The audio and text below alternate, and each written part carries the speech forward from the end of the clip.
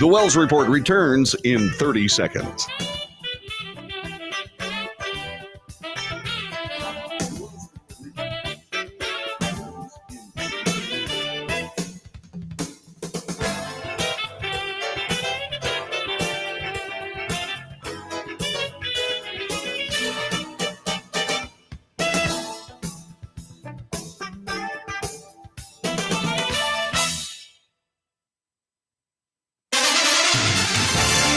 North to south, coast to coast, around the world. This is the Wells Report on Flannel Shirt Friday. Yeah, in the summertime we have Fishing Shirt Friday. This is Flannel Shirt Friday, so make sure you're wearing your flannel shirts today. By the way, on flannel shirts, I'm still trying to find a supplier. This flannel shirt is like expensive. Yeah, I'm trying to find a flannel shirt that's somewhere around $20. So if you happen to know of a really good source, a good manufacturer of flannel shirts, I need a few more because we got a few more Flannel Shirt Fridays before things get warm and we all start to melt here in North Texas. What is the Wells Report? The Wells Report is the news, reported honestly and fairly. It's analyzed for fact and bias. In other words, we de-propagandize the mainstream media. We do make commentary. When we do that, we go over here. That commentary is opinion, both yours and mine. And so we debate. News, analysis, commentary, and debate. This is the Wells Report. Thanks very much for joining us. The presidents went down to the border. CNN reports it like this. President Joe Biden and his political opponent, Donald Trump, both agree the situation along the U.S.-Mexico border needs to change. But their extraordinary dual visits to Texas showed that the likely 2024 general election rivals could not be further apart on how to obtain that goal. In a rare overture for what otherwise promises to be a highly toxic and politically charged campaign, Biden extended an olive branch to President Trump during his remarks in Brownsville, entreating the former president to join his efforts to get Congress to reconsider a bipartisan border agreement, one that Trump effectively scuttled by signaling to his congressional Republicans that he was opposed to it. And so when you start thinking about all of this stuff, you start thinking about, okay, the battle has truly been joined because now the presidents are talking to each other directly. So what does that mean? CBS has an incredible report. Nora O'Donnell put this together with Ed O'Keefe on the CBS Evening News. Check this out. The president and the former president who wants to replace him in the White House played the blame game today along the U.S.-Mexico border. This is a Biden invasion over the past 3 years. President Biden said it was Donald Trump who urged House Republicans to kill the bill that would have beefed up security at the border. It's time for the speakers and some of my Republican friends in Congress who are blocking this bill to show a little spine. After a record number of illegal crossings last year, President Biden, who toured the border in Brownsville, Texas, is trying to show he's addressing an issue that more than 60% of voters call a very serious concern. Just hours before the president's arrival here in Brownsville, U.S. Border Patrol and Texas State Police say they stopped people on the other side of the border from bringing across drugs. But Chris Cabrera of the Border Patrol said that with illegal crossings into this part of Texas down recently, the president has come too late. But I think the timing's a little off. I mean, if he would have come a year ago, 2 years ago, 3 years ago. Trump, who visited Eagle Pass more than 300 miles away, continued exploiting a crisis that he couldn't solve either, hoping it'll put him back in the White House. Allies say he's planning mass deportations and detention camps, if elected. Today, he sought to falsely connect President Biden to the recent murder of a Georgia nursing student by a Venezuelan migrant who entered the country illegally in 2022. The monster that charged in the death is an illegal alien migrant who was led into our country and released into our communities by crooked Joe Biden. The president, who didn't address Trump's attacks, said they should work together. Join me, or I'll join you, in telling the Congress to pass this bipartisan border security bill. We can do it together. As president, Trump severely restricted asylum and required migrants to await their court hearings in Mexico. When President Biden took office, he reversed those policies, but is now considering employing an executive power used by Trump to suspend asylum. The former president also met with Texas Governor Greg Abbott today, who's at war with the Biden administration for implementing his own border crackdown, installing National Guard troops, and razor wire barriers in Eagle Pass. But we spoke to local resident Adam Rodriguez, who says concerns there are overblown. We've raised our kids here, and there's never been any criminal element. You don't have to worry about walking down the street. Notably, Governor Abbott's border crackdown suffered a legal setback just today as a federal judge rejected a new Texas law that would allow state police to arrest and prosecute people crossing the border illegally. Critics call it a form of racial profiling. The governor says he'll appeal the case all the way to the U.S. Supreme Court. And you could see and hear some of the bias in that report that CBS News is biased toward the president of the United States, Joe Biden, and that there were some things in that report that need to be pointed out. For example, that President Trump is trying to exploit this crisis. To a degree, that's true, but I think some of the cynicism involved in saying something like that is just a little bit, well, shall we say, a little bit heavy-handed. He also said that President Trump unsuccessfully tried to tie the Laken Riley murder, ostensibly committed by a Venezuelan illegal immigrant. He said that was unsuccessful. It doesn't need President Trump to talk about that. That is the connection. That is the connection.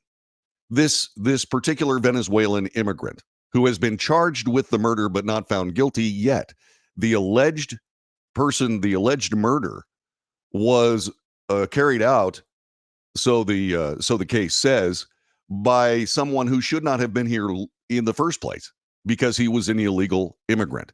That goes strictly, absolutely strictly, to the hands of President Joe Biden, who has put this policy in place. Now, that's just my view, but you can think about that for yourself. In the meantime, the president showed up with Sean Hannity to discuss what his visit was directly from Eagle Pass. Well, I was hearing about it from a lot of people, and it was one of the primary reasons in 2016 that I ran. And I ran on the border, and I ran on other things, but I ran on the border largely. And we fixed the problem. And in 2020, it wasn't even a subject. I'd go out and say, I want to talk about the border. They'd say, sir, you fixed the border. Nobody cares about the border anymore. Now what's happened is since the election, where we got millions more votes than we did the first time, we have a situation where this border makes 2016 look like baby stuff. It's probably the worst border, not probably, it's the worst border ever in the history of the world. There's never been a border where 15, 16, maybe 18 million people have already crossed. And I think nobody has any idea what the number is. You know, the gotaways, they don't know what the gotaways are. We have millions and millions of people, and they come from jails and prisons. They come from mental institutions, and, you know, a step above that, the insane asylums. And it's just hard to believe. And you have terrorists coming. You know, I've noticed as somebody that watches your show a lot, I think you do a fantastic job. But you say 100% certain. I hate to hear it, that we're going to have a big attack at some point. That you're 100%. I pray that I'm wrong. Yeah, you're probably right. And that's a very sad thing. But I've heard you say it a few times that I said, I'm not going to dispute it. I hope you're wrong, but there's certainly a good chance. They're coming from numbers and countries that we wouldn't believe. So you have 28,000 from China, all fighting age. You don't see women, and you don't see men much older than that. It's from 18 to 25, 26 years old. And there's something going on. And they're coming from Yemen that we're bombing. They're coming from the Congo, from prisons in the Congo. The only good thing is it makes our prisoners look like very nice people, I'll tell you, because these are rough people that are coming in. Yeah, they certainly are. And the president jumping all over that. By the way, he did a very good job in that interview with Sean Hannity, in my view, because that president, I said a long time ago that if President Trump wanted to be President Trump again, he was going to have to start acting like a president. And that's what they look like. So the message got through somehow, that the president needed to moderate, and he needed to be more, not conciliatory, but certainly more cordial and more civil. And that is showing here. The CBP, the Customs and Border Protection Agency, they have a union. They have a union of their own. And this union has a leader. And that leader was somebody who was very, very interested and very sure that what he wanted to do was make it very clear that the union rank and file is certainly not pleased with the way things are going. Now, he's not an official member of the Border Patrol. He was at one point, but he is not He is not that. He's not somebody that's making an official statement. We'll have that video for you a little bit later on. Meanwhile, USA Today talks a little bit about just exactly what the takeaways they consider to be on this particular set of visits. If voters wanted an early taste of the likely election rematch between President Joe Biden and Donald Trump, they need not look further than the showdown at the U.S.-Mexico border, says USA Today. During the rivaling trips to Texas, 325 miles apart, Biden and Trump sparred in remarks aired within a half an hour of each other. They both took walks along parts of the border in Texas. They took turns blaming each other in an extraordinary clash over surging migrations 8 months from the 2024 presidential election. Perhaps most memorably, President Biden challenged Trump to get behind border legislation that the former president helped kill. There are a lot of interesting dynamics on this, at least in my view. First of all, President Biden knows he's wrong on this border. He's in a position where he has got to pivot. He's got to pivot strongly. And that pivot is most easily taken care of and most easily accomplished by reauthorizing President Trump's executive orders on the border. He knows it. And so what this was, as far as I'm concerned, this was an opportunity to sort of build an on-ramp for those discussions and that particular tactic. He says, I want to work with President Trump on this. Now, that harkens back to his inaugural speech where he talked about saying he wanted to be president for everyone. And then he kind of blew it. Then he became hyper-partisan. The question is, will anybody believe that President Biden is serious about actually trying to bridge the gap between he and President Trump? I said after the election, when President Trump this is the 2020 election, when President Trump was questioning whether or not that was a real election, I said that President Biden should say, you know what, let's find out. Let's make sure. That would have been an amazing gesture. The only problem with it is that there were enough problems. It would have opened a huge can of worms for President Biden. He had won the election, and now he's saying, but wait, let's make sure this is right. That was the correct move, but not the political one. And so the President Biden did not pursue that, and it's understandable. But this is the first time that President Biden has indeed reached out to President Trump on any subject for any reason. That is significant. Sure, the cynicisms, the cynicals, the cynics can say, well, that's because he's in trouble on the issue. Just like I'm not a cynic, but I'm just reporting the story. But that's what they'll say. But the thing about it is that the president actually needs President Donald Trump's help on this particular issue. If President Trump gives it, he won't. But if he does, then President Biden looks a little bit better on this issue. If President Trump does not help out President Biden, then what will happen is that President Biden will still have this on-ramp to say, hey, we have problems here on the border, and we most certainly have to do something about it. And that is where the state of play is, as far as I'm concerned. That's where it is today. What are your thoughts? What did you think about the border visits? Our telephone number, 817-379-2172. 817-379-2172. It's cold around here. It is. It's nippy. And it's Flannel Shirt Friday. I hope you have your flannel shirts on. This is kind of a cool little tradition that we started with Fishing Shirt Friday during the summertime. Because fishing shirts are perfect in Texas. And this one, this is a Cabela's flannel shirts, and it's way too expensive. So I'm trying to find a set of flannel shirts. It's probably too late now. All those are probably long gone. But let me tell you something. I need some flannel shirts. So if you know where I can go to get some, please let me know on the chat room. You can find us on Facebook, YouTube, Twitter, and Twitch. And we'll be back with more coming up in just a couple of moments. This is the Wells Report.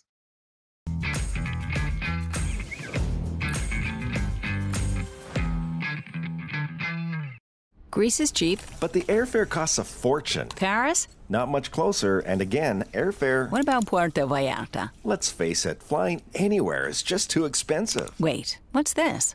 low-cost airlines. With one call to low-cost airlines, you'll drastically slash your travel costs. We're talking insanely low airline prices to any of your favorite destinations. Where would you like to go? London, Rome, Costa Rica, Australia? Wow, that's cheap. So why wait? Call now to learn how crazy cheap it is to fly anywhere in the U.S. or international. Our prices are so low, we can't publish them. The only way to get them is to call to instantly hear the most amazing best deals on airline travel. It's that easy. So call now and start packing.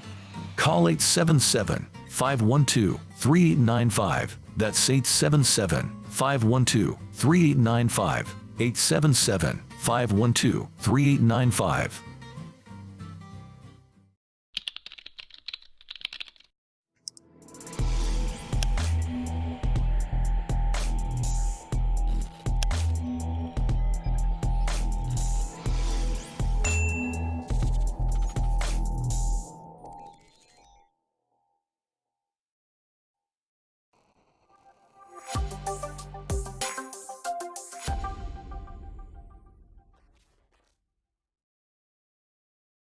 If you're living with diabetes and using insulin, you know the pain of pricking your fingers over and over again. By wearing a small device called a continuous glucose monitor, or CGM, you can reduce the pain of pricking your fingers right away. If you use insulin daily, you might be eligible to get your own continuous glucose monitor. So call the US Med Diabetic Health Hotline today and learn about the latest CGM technology. Not only can a CGM immediately reduce pain, it's accurate, easy to use, and helps you make better diabetes treatment decisions. And if you have Medicare or private insurance, you can see if you qualify for a CGM at little or no out-of-pocket cost. We'll also provide free shipping of your new CGM, and we'll bill your insurance company for you. If you use insulin daily, you might be eligible to get your own continuous glucose monitor. So call the US Med Diabetic Health Hotline to see if you qualify for a CGM at little to no out-of-pocket cost.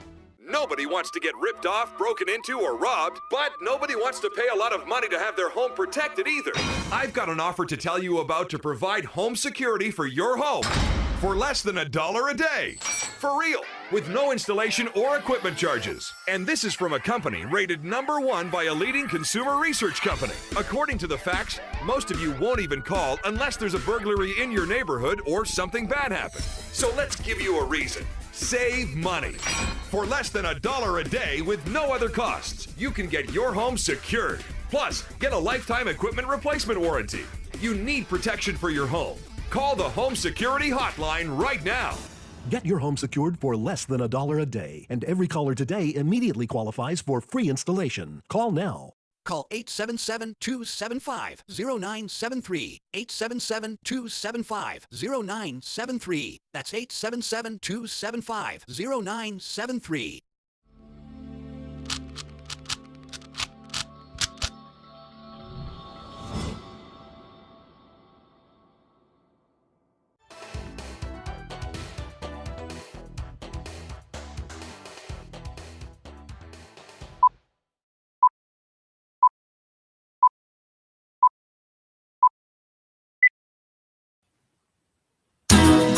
Good morning. This is the Wells Report. Hi, John David Wells, thanking you very much for coming along with us. We were discussing the presidents on the border, and there was a CBP union boss that made it absolutely clear that there is a problem and that the person who had solved the problem before and could quite likely solve it again, former President Donald Trump, was standing right behind him when he said it. Here's that report. Sir, I want you to know, your agents, my agents, they're mad as hell. Absolutely mad that President Biden went to Brownsville, Texas, rather than going to Arizona, rather than going to San Diego, California, rather than coming to Eagle Pass, Texas, which has been the epicenter. What President Trump has seen right here is he's seen how his policies have worked, but he's also seen how he can expand upon those policies once he goes back into the White House. He has seen how Governor Abbott has been able to use his policies to secure this specific area, the epicenter of the last 2 years of the illegal border crisis that we have had to endure. And your agents, President, they are pissed.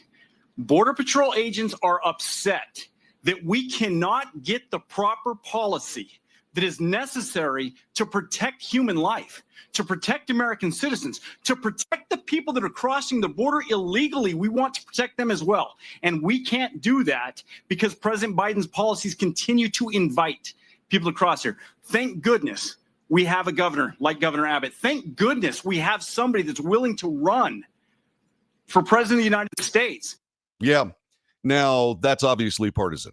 And as you know, we point out bias on this broadcast, and certainly that is biased.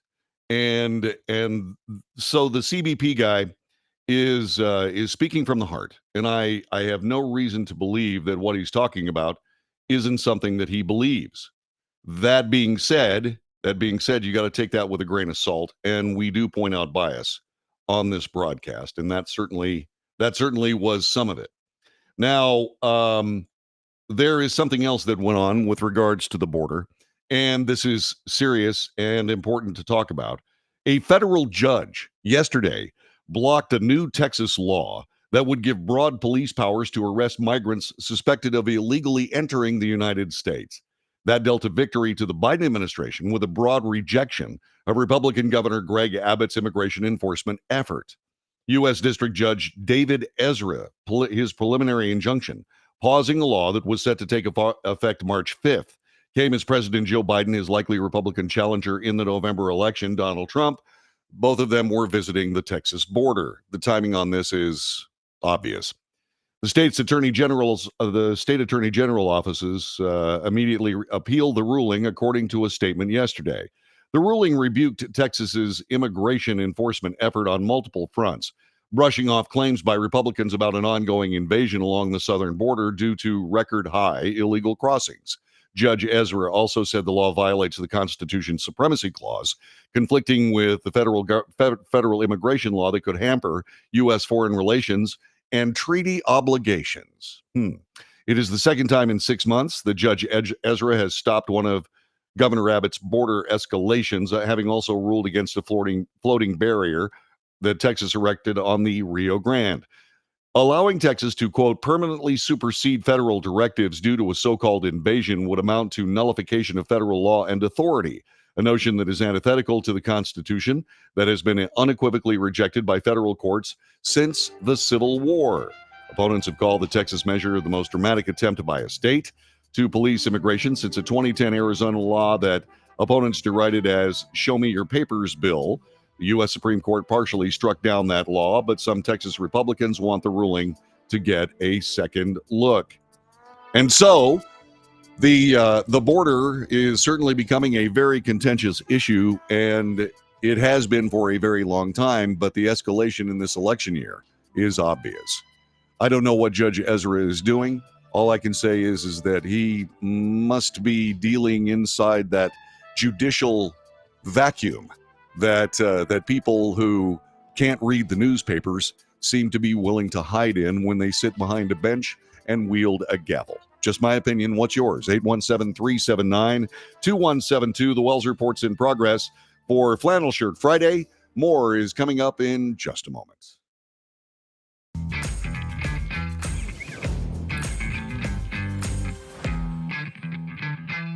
Nobody wants to get ripped off, broken into, or robbed, but nobody wants to pay a lot of money to have their home protected either. I've got an offer to tell you about to provide home security for your home for less than $1 a day. For real, with no installation or equipment charges. And this is from a company rated #1 by a leading consumer research company. According to the facts, most of you won't even call unless there's a burglary in your neighborhood or something bad happened. So let's give you a reason. Save money. For less than $1 a day with no other costs, you can get your home secured. Plus, get a lifetime equipment replacement warranty. You need protection for your home. Call the Home Security Hotline right now. Get your home secured for less than $1 a day, and every caller today immediately qualifies for free installation. Call now. Call 877-275-0973. 877-275-0973. That's 877-275-0973.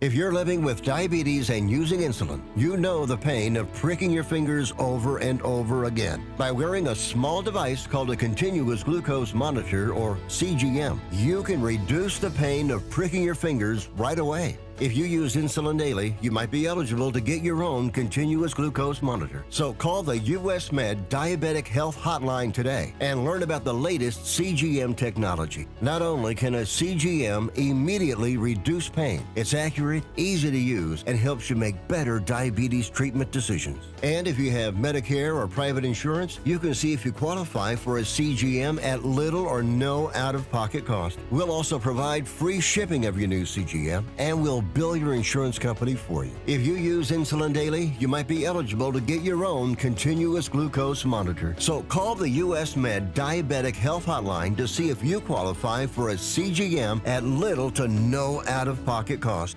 How would you like to get high-speed internet for your home for less than $2 a day? That's right, for about $50 a month, you'll get lightning-fast internet. Are you paying less than $50 a month right now for your internet? Then call Whole Home Connect right now for blazing fast internet at $50 a month with no price increases, no hidden fees, no contracts, no equipment fees. It's a great deal. And guess what? You can try it for 15 days. If you don't like it, you get your money back, but you're gonna love it, and you're gonna love the price. Internet for your home for $50 a month. That's less than $2 a day. Plus, no contracts, no equipment fees, and our 15-day guarantee. Call now. Call 866-245-6155. That's 866-245-6155. Again, 866-245-6155. 866-245-6155.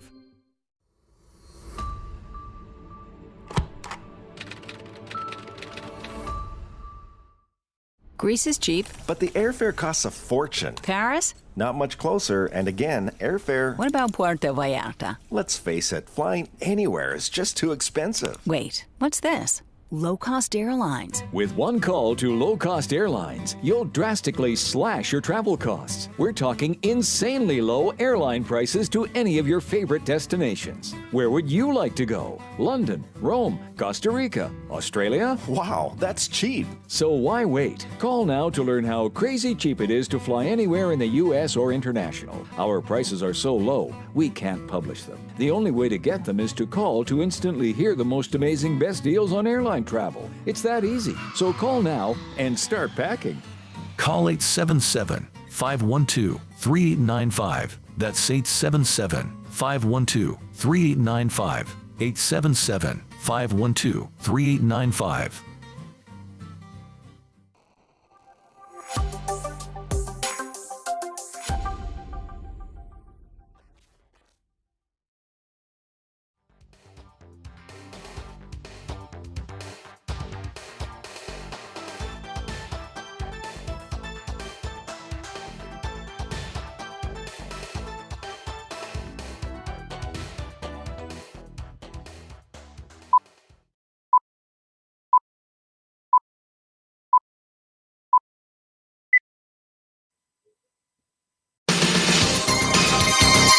News, analysis, commentary, and debate. This is the Wells Report for Flannel Shirt Friday. Hope you're having a wonderful morning of it so far. A weekend is right around the corner, and we're bringing you the news. We're talking about presidential border visits. CNN has some takeaways here. They say that President Biden made an overture to Trump as he tries to seize what they call a political opening. This is interesting. Following the failure earlier this month of the bipartisan border bill, President Biden vowed to make his case for reform directly to the American people and tried to punt the issue to his domestic challenger, President Trump. The failure of the bill allowed Biden the opportunity to say the deal had been brokered on immigration. It was Trump who ended the hopes of an agreement. The president's remarks yesterday were more tenuous than his more forceful attempts to shift the blame for the border situation earlier in the month, attempting to uphold the veneer of bipartisan cooperation. The majority of Democrats and Republicans in both houses supported this legislation until someone came along and said, "Don't do that. It'll benefit the incumbent," said President Biden in a reference to Trump. "That's a hell of a way to do business in America for such a serious problem," the president said. "We need to act." President Biden implored Republicans to show a little spine. Well, let's remember who we work for God's sakes. We work for the American people. Well, the Republicans in the Senate, according to President Biden, did show a little bit of spine. The thing about it was it would basically legislate the exact same policy that we see now, with 5,000 people coming across the border every day, and there were all kinds of caveats, all kinds of ways to avoid actually curtailing the illegal immigration at the border in this bill. It was a bad bill.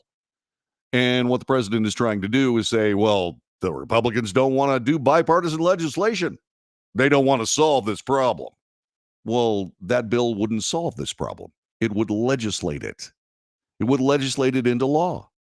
And that is not what the American people want by about a 2/3 margin. If you add those people that are somewhat concerned about the border to the people that are seriously concerned about the border, that's over 85% of American voters.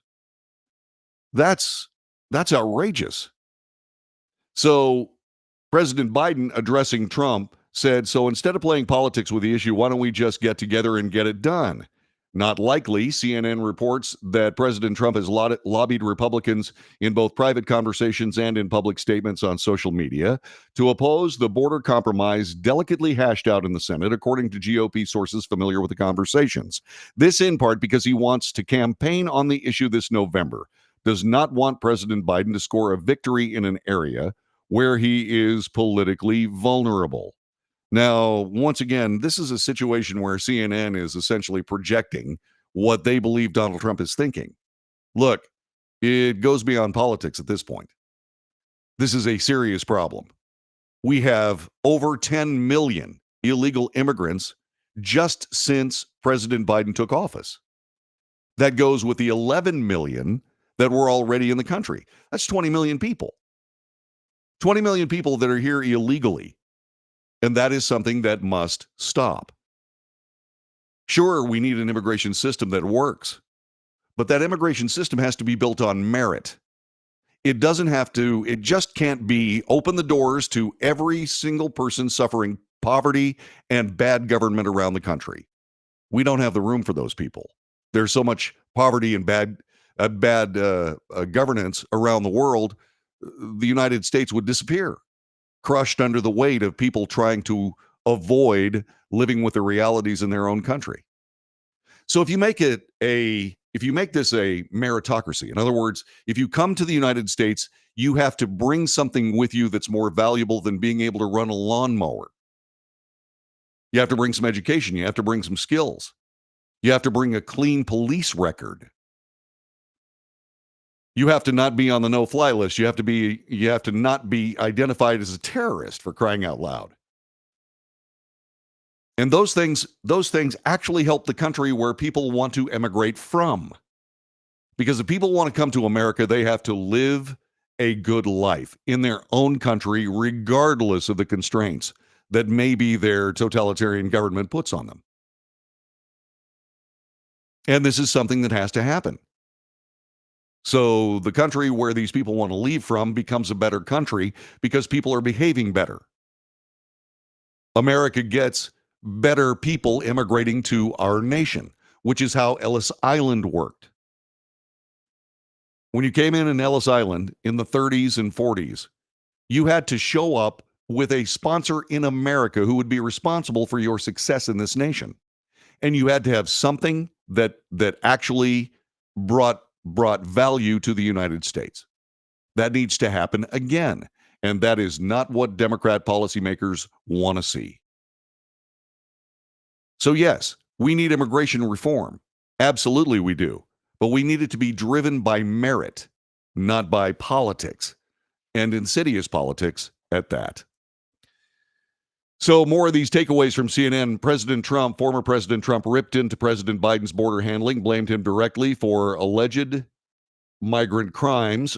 After touring the border along Eagle Pass with Texas Governor Greg Abbott, former President Trump, laid the blame of recent noteworthy crimes allegedly committed by migrants across the country directly at Biden's feet, including the killing of Laken Hope Riley in Georgia, whom Trump said was barbarically attacked almost unrecognizable.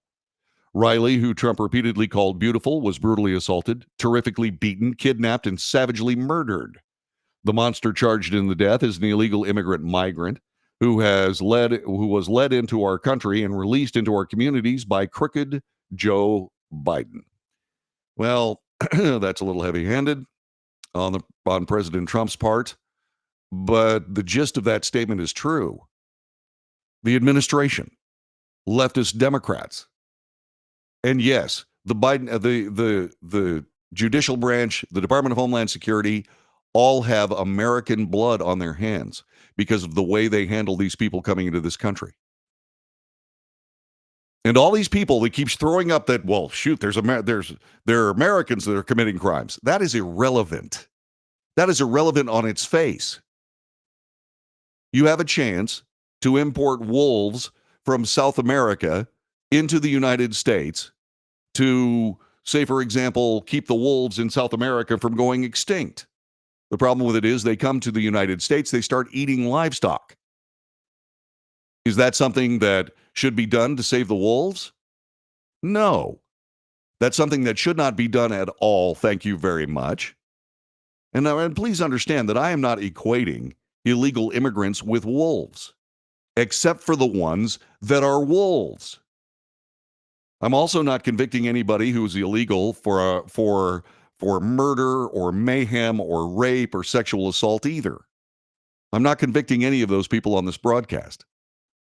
But what I'm saying is that this happens. And this is something that shouldn't be happening because these people shouldn't be in this nation to begin with.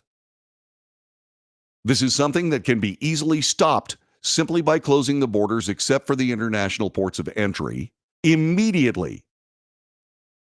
Anybody that crosses the border should face the same result that they do in Texas before this judge set aside a law, which was immediate arrest and incarceration.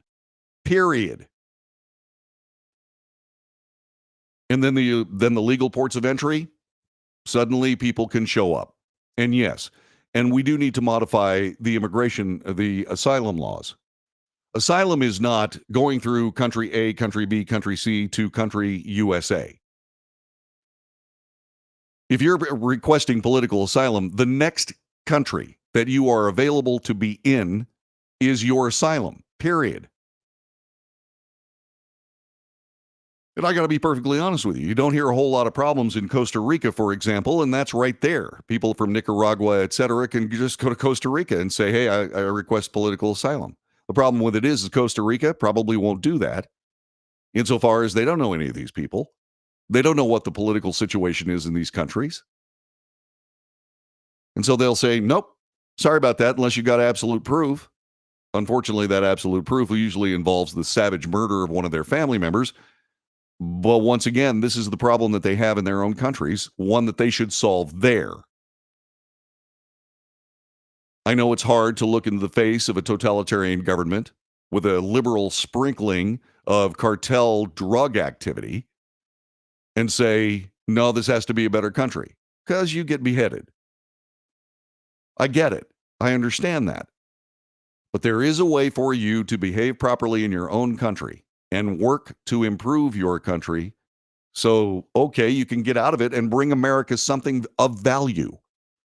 Not saying that they're valueless. I'm just saying something that lifts you above the madding crowd and gets you a visa to be in the United States legally. That is the immigration system we need. There is no executive action being announced by President Biden. He had a chance to do that during his visit yesterday. President Biden ratcheted up his attacks on Trump, and CNN recently reported that he is considering exercising his executive authority in ways reminiscent of Trump's administration. Biden is reportedly considering an executive action that would restrict migrants' ability to seek asylum at the U.S.-Mexico border if they crossed illegally. The plan, if enacted, is sure to invite fierce criticism from immigration activists and progressives, including people who have already soured on President Biden due to his handling of the war in Gaza. Those are the Arab American pro-Palestinian folk that, for whatever reason, believe that President Biden is not stopping the war in Israel, which is none of his business.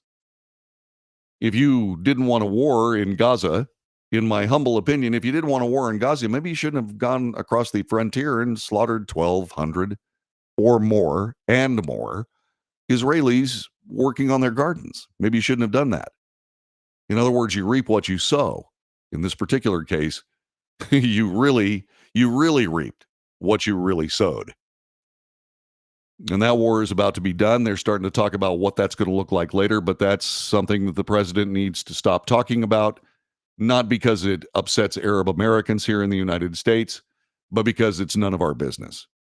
Texas and the federal government remain in a tense standoff. More of CNN's ideas of what the takeaways are from the two presidents' visits yesterday. In the backdrop of President Trump and President Biden visits to Texas was the tense standoff between the state and federal governments on how to handle migrant crossings. Governor Abbott, Greg Abbott, the Texas governor, has made himself a key player in bringing the border crisis to the rest of the country. He buses migrants to Democrat-run sanctuary cities around the nation. He's also taken steps to usurp the government's authority over the immigration enforcement laws, signing a bill into law that would give state law enforcement authority the permission to detain migrants. Just hours before President Trump and President Biden's remarks, a federal judge in Austin blocked that law, which would have gone into effect Tuesday without the court's intervention. That's probably going to go down into defeat in an appeals court, but clearly the judge is playing politics.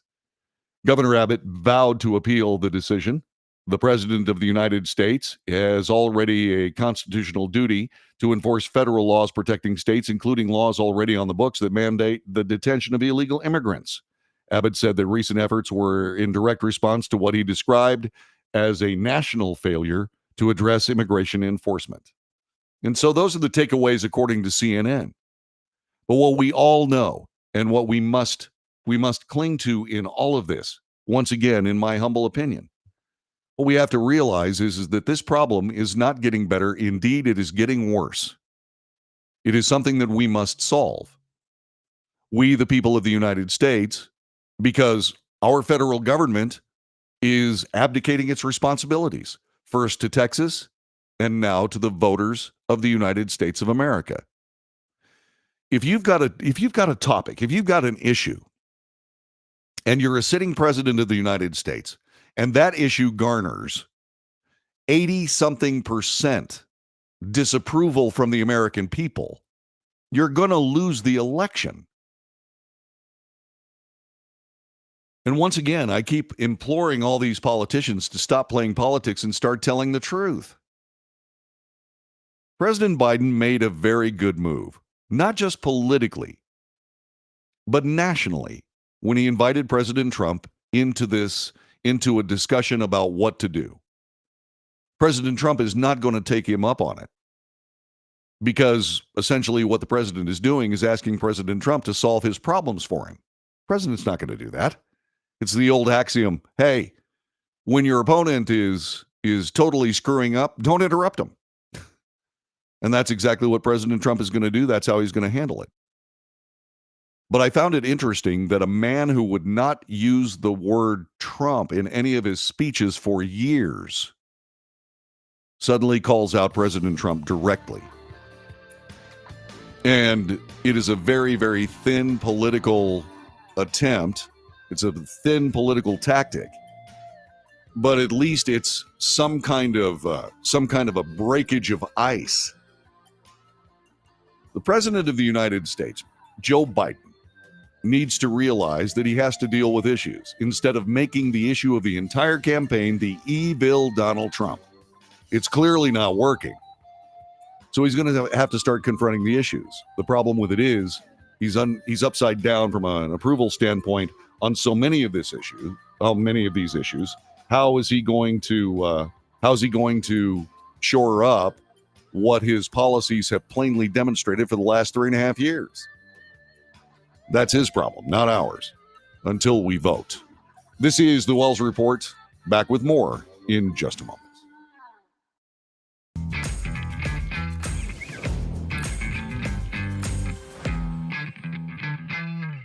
Greece is cheap. But the airfare costs a fortune. Paris? not much closer, and again, airfare. What about Puerto Vallarta? Let's face it, flying anywhere is just too expensive. Wait, what's this? Low-cost airlines. With one call to low-cost airlines, you'll drastically slash your travel costs. We're talking insanely low airline prices to any of your favorite destinations. Where would you like to go? London, Rome, Costa Rica, Australia? Wow, that's cheap. So why wait? Call now to learn how crazy cheap it is to fly anywhere in the U.S. or international. Our prices are so low, we can't publish them. The only way to get them is to call to instantly hear the most amazing best deals on airline travel. It's that easy. So call now and start packing.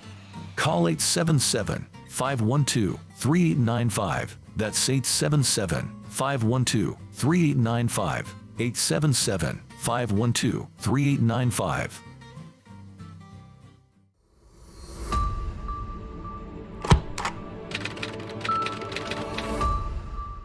How would you like to get high-speed internet for your home for less than $2 a day? That's right, for about $50 a month, you'll get lightning fast internet. Are you paying less than $50 a month right now for your internet? Then call Whole Home Connect right now for blazing fast internet at $50 a month with no price increases, no hidden fees, no contracts, no equipment fees. It's a great deal. And guess what? You can try it for 15 days. If you don't like it, you get your money back, but you're gonna love it, and you're gonna love the price. Internet for your home for $50 a month. That's less than $2 a day. Plus, no contracts, no equipment fees, and our 15-day guarantee. Call now. Call 866-245-6155. That's 866-245-6155. Again, 866-245-6155.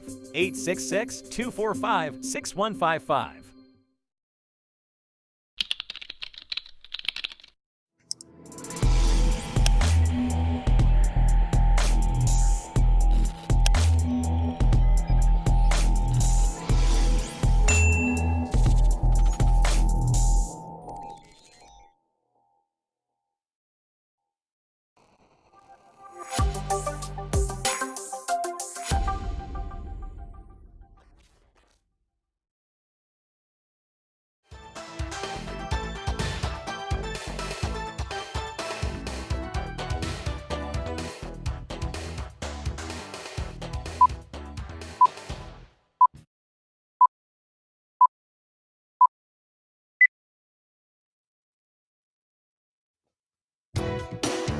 Good morning. This is the Wells Report on Flannel Shirt Friday. A couple of comments in the chat room about Flannel Shirt Friday. Let's see.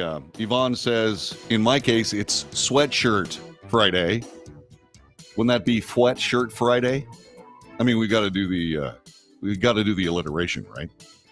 Another comment comes from Brad. Please, whatever you do, I don't have any problem with Fishing Shirt Friday. Don't have any problem with Flannel Shirt Friday. But for God's sakes, don't introduce wife beater tank top Tuesdays. Nah. I have lush armpit hair. I won't be showing up in a tank top on Tuesday or any other day. And as far as the wife beater situation, I would never wear a wife beater because my wife would kill me. I mean, she would shoot me. Yeah, so there's that. There is serious news out here, and one that might indeed impact this broadcast. Wildfires continue to roar across the Texas Panhandle, forcing widespread evacuations, causing 2 deaths already. It's the Smokehouse Creek Fire. It's become the largest in state history. In fact, the Fox Weather Channel has come up with this report. Let me bring this to you as they explain pretty much everything you need to know about the Smokehouse Creek Fire and the other ones around that big fire. The Smokehouse Creek Fire in Texas is now the largest in state history. More than 1 million acres have burned so far. The fire is 180 miles wide. That's nearly twice the size of Delaware. And we're looking at these stats, Craig. It was 800,000, 850,000. Yeah. Now with the newest numbers, more than 1 million acres burned. And this happening, which I think is important to note, in just about 3 days. I was just going to say those first 2 days, I remember it was up to 300,000. And the winds. Yeah, those winds were everything.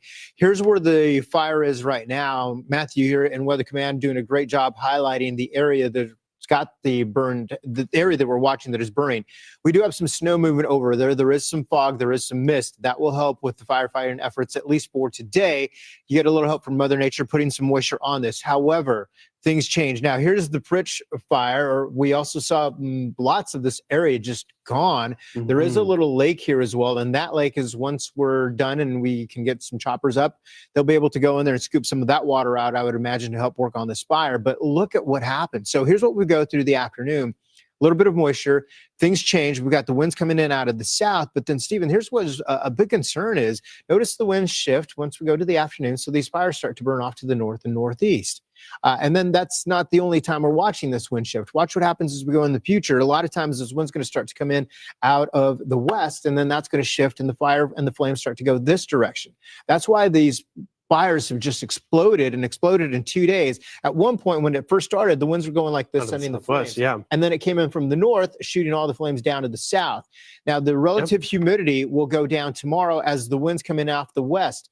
That's where the concern is, where the fires will start to blow into the eastern side of the flames. So they'll work on the containment, try to get it out as quickly as they could. And by containment, it does mean they put a nice wall around it. They go in with tractors and dig in by hand, and they're trying to make a nice line, right, Stephen? And then they can try to go in from the air and attack from the air. Yeah.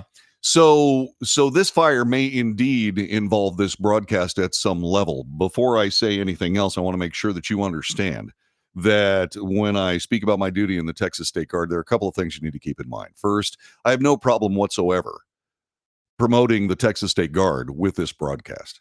I will not, however, promote this broadcast with the Texas State Guard or the Texas Military Department. Further, I don't speak for the Texas Military Department. I don't speak for the Texas State Guard. And I don't speak about operational issues as a rule. But because we share this time together, I wanted to let you know that there may be a moment where the Texas State Guard is deployed out to those fires to help out in any way we possibly can. Our motto is equal to the task. And the task is not defined because there are so many that we can do. Quite literally, the Texas State Guard is the Swiss Army knife of the Texas Military Department, in my opinion. And so when it comes down to doing things, they send the Texas State Guard because if we don't know exactly what needs to happen, we can figure it out in very short order. It tells you a little bit about the talent base among the soldiers that I am privileged to lead as a senior NCO. So, by the way, while we're at it, if you are a former federal service troop and you still have gas in the tank, or if you are someone who has always wanted to have a military career of whatever length, by all means, take a look at the Texas State Guard. Join it if you can. Join it if you have gas in the tank and you want to continue with your military service. We have all kinds of people in the Texas State Guard, and we could certainly use you. So please, by all means, give it a consideration. In just a few minutes here, I'll put the website up on the chat room, and you can peruse that as you see fit. And if you need any more information, all you have to do is give me a call at 817-379-2172. I will put you in touch with the world's greatest military recruiter. She is Staff Sergeant Angela Scarborough, and she is magnificent. And so if you'd like to join the Texas State Guard, we could certainly use you. Now, it's a little bit too late for you to help out with what might be a deployment up toward Amarillo, but you can get the process started, and you can join us and become a part of what I consider to be, if not the finest, certainly one of the finest military services, not just in the country, but certainly in the state of Texas, the Texas State Guard. This is the Wells Report for Friday. The weekend comes next. It's Flannel Shirt Friday. Make sure you get on your flannel shirt, not your sweatshirt. Really. I want to say hi to Jessie C. She has joined us today. Buenos dias, muchachos. It's certainly cold enough for Flannel Shirt Friday. Well, that is why I'm wearing one. Back with hour number 2 of the Wells Report next.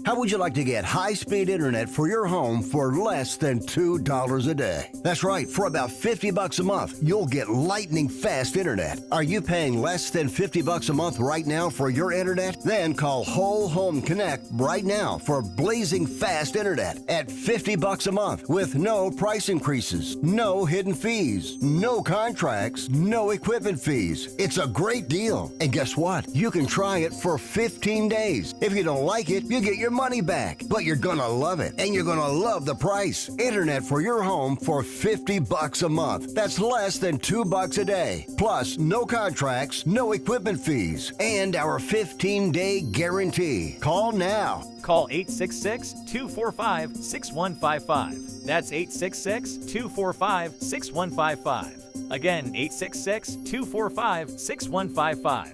866-245-6155.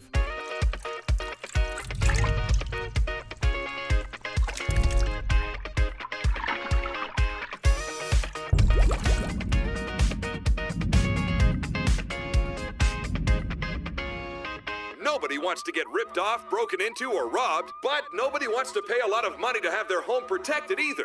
I've got an offer to tell you about to provide home security for your home for less than $1 a day.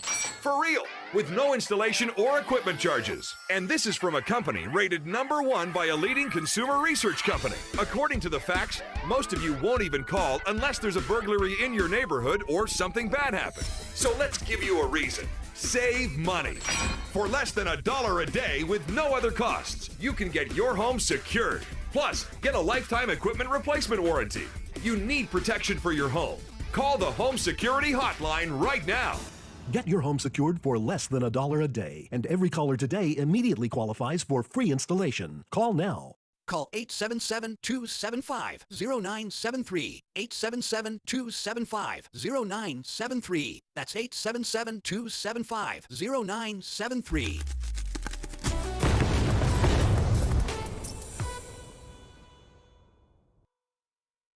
Hey, thanks for joining us this morning for the Wells Report, and make sure you share us with all your friends on Facebook, YouTube, Twitter, Twitch, Rumble, Patreon, and don't forget to check out our Substack column, which will be coming up a little bit later on this afternoon. When you do all this, make sure you subscribe. Make sure you give us those thumbs up. They are really important. Check the notification box so you know when we're on the air, and whatever you do, join us every morning, Monday through Friday, 9 to 11 a.m. Central Time, for the Wells Report.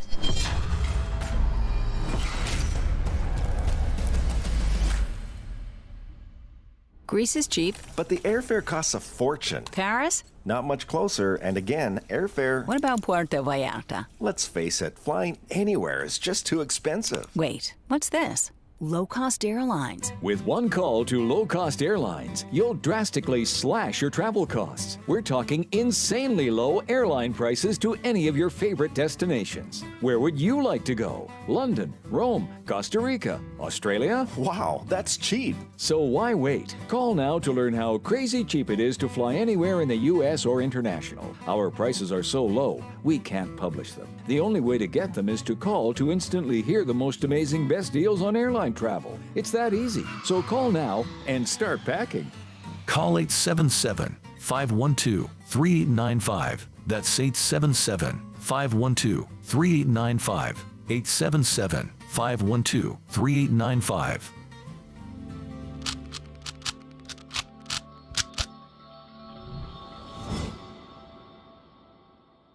If you're living with diabetes and using insulin, you know the pain of pricking your fingers over and over again. By wearing a small device called a continuous glucose monitor, or CGM, you can reduce the pain of pricking your fingers right away. If you use insulin daily, you might be eligible to get your own continuous glucose monitor. So call the US Med Diabetic Health Hotline today and learn about the latest CGM technology. Not only can a CGM immediately reduce pain, it's accurate, easy to use, and helps you make better diabetes treatment decisions. And if you have Medicare or private insurance, you can see if you qualify for a CGM at little or no out-of-pocket cost. We'll also provide free shipping of your new CGM, and we'll bill your insurance company for you. If you use insulin daily, you might be eligible to get your own continuous glucose monitor. So call the US Med Diabetic Health Hotline to see if you qualify for a CGM at little to no out-of-pocket cost.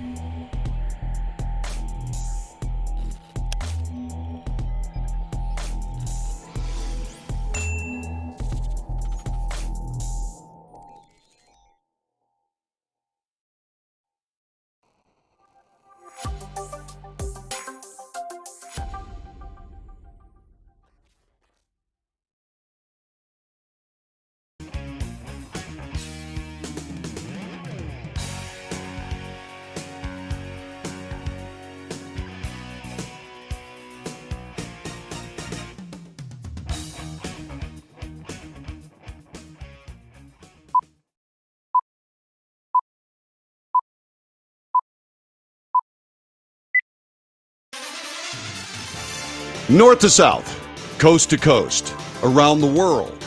This is the Wells Report. Good morning, I'm John David Wells. This is Friday, March 1st. Rabbit, year of our Lord, 2024. What do we do on this broadcast? We report the news honestly and fairly. We analyze that news for fact and bias. In short, we de-propagandize the mainstream legacy media's news coverage. So you have facts to deal with. Yes, we do make opinion. We do make commentary. But like I said, that's opinion, yours and mine. And so we debate. That's the check and balance. To what I say, it's what you say that is that check and balance. So by all means, avail yourself of it. Call us at 817-379-2172. 817-379-2172. We'll get you through to the Wells Report. So there is news regarding Hunter Biden. This being reported by Fox News Channel. House Oversight Committee Chairman James Comer said the impeachment inquiry against President Biden will move into its next phase. This including Hunter Biden testifying publicly in an open hearing. However, late Wednesday, Hunter's attorney, Abbe Lowell, seemed to cast doubt on that, saying in a statement, quote, "The transcripts of witnesses who have been called to date, including Hunter Biden, makes it obvious there is nothing left to ask, answer, say, or do. This illegitimate inquiry should have ended long before their star witness was indicted for lying, but it wasn't. Now that Hunter has put this partisan conspiracy to the lie that it is on record and under oath, this political charade should finally come to an end." That, by the way, is a brilliant statement by a brilliant lawyer. That being said, Abbe Lowell is amazing. But that being said, I'm sorry. There's an awful lot of, at least talked about, evidentiary documentation of all of this that require answers that so far Hunter Biden has not been willing to share. There were contradictions in his testimony. That being said, what I find very interesting is that there haven't been a lot of Republicans commenting on the testimony yesterday. There have, however, been many Democrats who see fit to talk about what they saw on Wednesday with that testimony. Here is what they had to say. I think it's obvious to any of us who were in the room this morning why the Republicans did not want this to be public testimony, because there is literally no evidence and no there. We had a dozen witnesses who had told us that Joe Biden was not involved in any way in Hunter's business. Nothing that we've heard from Hunter Biden has changed that in any way. This is 4th and 20 on their own 10, and they don't have Patrick Mahomes. As a Jewish American, when this is over, I will say mourner's Kaddish for this impeachment inquiry. What we just witnessed over the last hour was, I think, a deep sea fishing expedition, because the Republican case has completely fallen apart over the last several weeks. One of their witnesses has been indicted for working with Russian intelligence. Another witness has been indicted for working with Chinese intelligence. Another witness is serving a 14-year felony sentence. If this impeachment inquiry continues, then Chairman Comer and Chairman Jordan are working with Russia to interfere in the November 2024 election. They're peddling Russian lies. Basically, the Republicans have become synonymous for Russians at this point. This is a waste of time, and we need to get back to this people's work. I am tired. The Republicans are going to lose the House, and y'all run this back for them. Yeah. If you don't have facts, you use bluster. You yell. And there are so many things. There's so much hypocrisy in all of this. I mean, it started right off with the first Democrat who steps up and says there's just no there. There most certainly is. There most certainly is. Now, I have said on this broadcast, when James Biden showed up and testified, Democrats didn't comment on that testimony. Why? Maybe because it was damaging. Now we have Democrats saying, hey, wait a minute, we have nothing there to talk about. But the Republicans have not responded with anything on this. I went and looked for it this morning. I tried to find reports to balance out this coverage. The Republicans didn't say anything. Is it because the testimony yesterday by Hunter Biden was indeed damaging to their impeachment inquiry? I don't know. I do not know. All we have is House Oversight Committee Chairman James Comer saying that, hey, we're going to move on with our next phase. Okay, well, that's fine. Now, is that because they believe they have what can be perjurable, pardon the use of the word, I kind of coined that phrase, perjurable information from Hunter Biden, and they want to bring it out in public? I don't have any idea. All I can tell you is that the Republicans should have come out and talked about this testimony, and they did not. It was before the House Oversight Committee and the House Judiciary Committee. That's James Comer and Jim Jordan. Why aren't they speaking? I don't know. Maybe it's because it was damaging. The testimony was damaging to them. We'll see. We will see. So what ended up happening was that Hunter Biden appeared on Capitol Hill for a closed-door deposition. Oh, by the way, while we're on the subject of the hypocrisy. Okay, so a fishing expedition, says AOC? Really? A fishing expedition? Does anybody have any way of perhaps correlating that with what happened during the fishing expeditions against President Donald Trump that continue to this day? Is that the case? And Eric Swalwell, who is saying, my goodness gracious, it's Russia, Russia, Russia all over again. Russia, Russia, Russia. And then he says that that one of the witnesses was indicted for ostensibly lying to the FBI. This is an FBI source that was paid hundreds of thousands of dollars for over a decade. And suddenly the DOJ, which, by the way, has shown itself to be perfectly willing to throw people in jail, indict people, try people for political ends as opposed to legal or law enforcement ends. Sorry, that doesn't pass the smell test. And then when Eric Swalwell talked about how one of their witnesses was shown to be and indicted for dealing with Chinese intelligence. Oh, Eric, are you completely self-unaware? Man, come on. Will you please stop?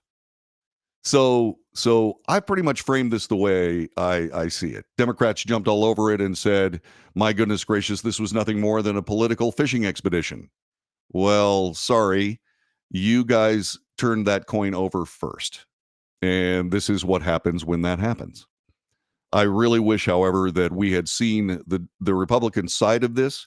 We'll see if any of that comes out during the Sunday shows later on this weekend. Hunter Biden appeared on Capitol Hill for the closed-door deposition at the House Oversight and Judiciary Committees. The first son testified he did not involve his father in businesses while blasting House Republicans for having hunted him in a partisan political pursuit and impeachment inquiry against his father. He also said Republicans have no evidence against his father, the president, quote, because there isn't any. Comer made a public statement Wednesday afternoon saying that Hunter's appearance was a great deposition for us. Okay, why? No comment.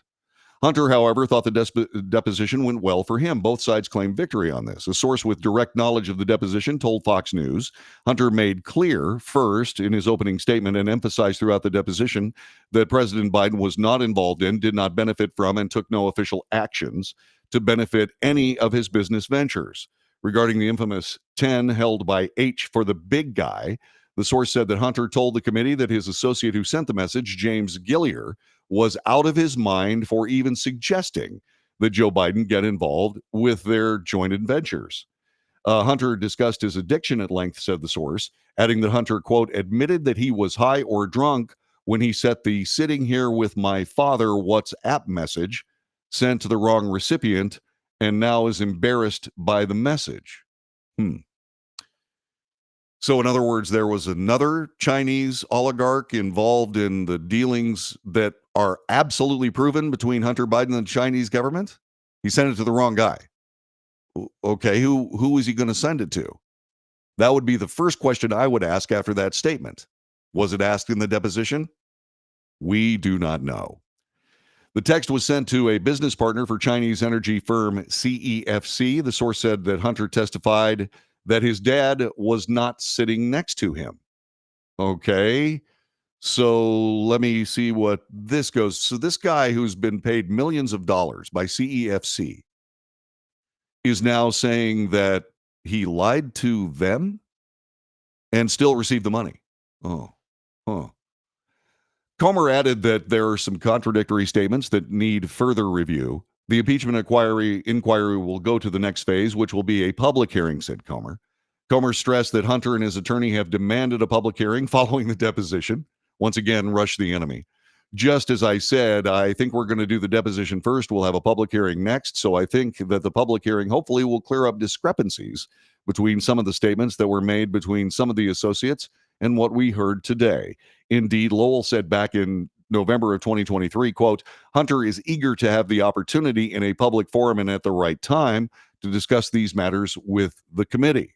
Now, what we have seen with all of that is Democrat obstruction on points of procedure and all manner of objections and so on and so forth to try to gum up the works. That's something we're going to see in overdrive when this public hearing continues. However, Hunter Biden will be in a position to have very difficult questions asked of him in those committee hearings. It also gives Hunter Biden a chance to actually start telling the truth about this. Where did this money go after it was given to Hunter by various sources? Where did it go? Follow the money. What will that show us? Again, we do not know. We can surmise, but we do not know.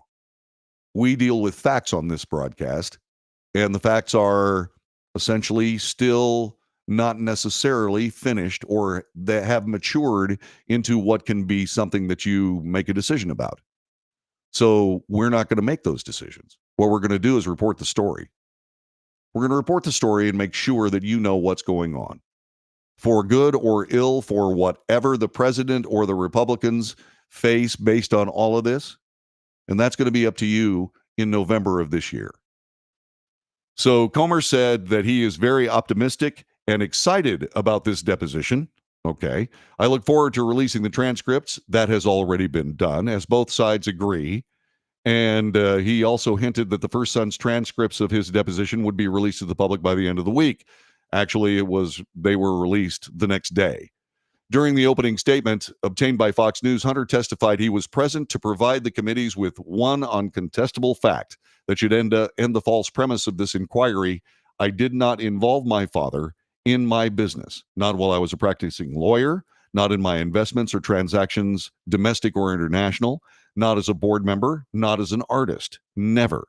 You do not have any evidence to support the baseless and MAGA-motivated conspiracies about my father because there aren't any. The first son also said he hopes his testimony will put an end to the baseless and destructive political charade. Quote, you have wasted valuable time and resources attacking me and my family for your own political gain when you should be fixing the real problems in the country that desperately need your attention.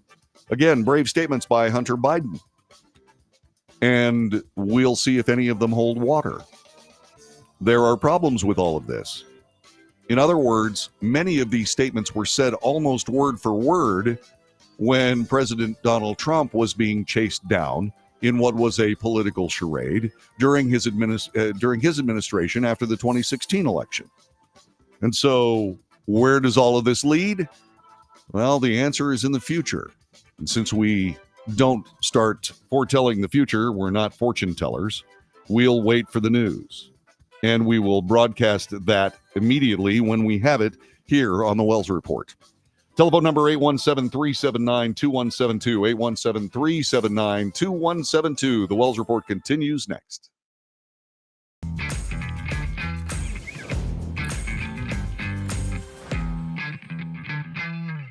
Greece is cheap. But the airfare costs a fortune. Paris? Not much closer, and again, airfare... What about Puerto Vallarta? Let's face it, flying anywhere is just too expensive. Wait, what's this? Low-cost airlines. With one call to low-cost airlines, you'll drastically slash your travel costs. We're talking insanely low airline prices to any of your favorite destinations. Where would you like to go? London, Rome, Costa Rica, Australia? Wow, that's cheap. So why wait? Call now to learn how crazy cheap it is to fly anywhere in the U.S. or international. Our prices are so low, we can't publish them. The only way to get them is to call to instantly hear the most amazing best deals on airline travel. It's that easy. So call now and start packing. Call 877-512-3895. That's 877-512-3895.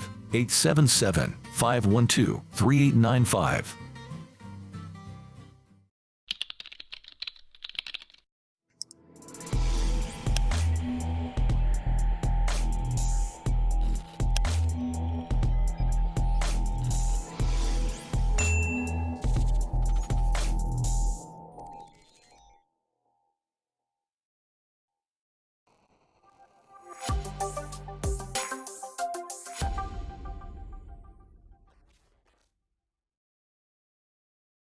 If you're living with diabetes and using insulin, you know the pain of pricking your fingers over and over again. By wearing a small device called a continuous glucose monitor, or CGM, you can reduce the pain of pricking your fingers right away. If you use insulin daily, you might be eligible to get your own continuous glucose monitor. So call the US Med Diabetic Health Hotline today and learn about the latest CGM technology. Not only can a CGM immediately reduce pain, it's accurate, easy to use, and helps you make better diabetes treatment decisions. And if you have Medicare or private insurance, you can see if you qualify for a CGM at little or no out-of-pocket cost. We'll also provide free shipping of your new CGM, and we'll bill your insurance company for you. If you use insulin daily, you might be eligible to get your own continuous glucose monitor. So call the US Med Diabetic Health Hotline to see if you qualify for a CGM at little to no out-of-pocket cost. Nobody wants to get ripped off, broken into, or robbed, but nobody wants to pay a lot of money to have their home protected either.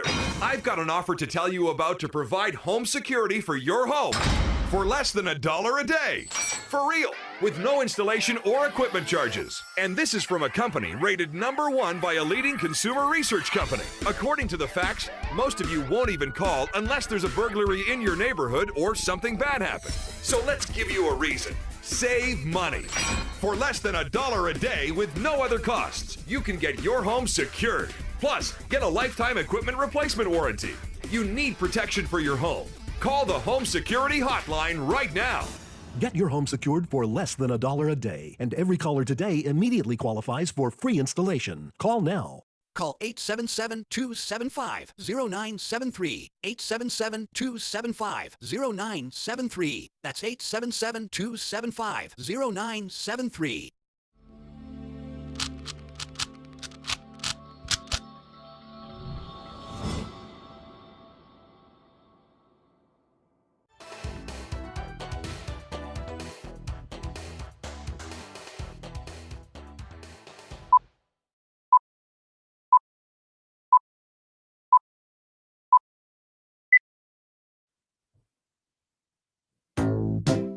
This is the Wells Report. It's Friday. It is the first day of March, year of our Lord, 2024. This is Flannel Shirt Friday because it's wintertime. And people have come up with various different, shall we say, wardrobe choices. Wardrobe choices that we might use during the week. Jesse says Moo Moo Monday. Yeah. Tank Top Tuesday. Sorry, too much armpit hair. White Shirt Wednesday, Thermal Thursday, and Flannel Fishing Shirt Friday. Then she also said, hey, wait a minute. We can do Thong Thursdays.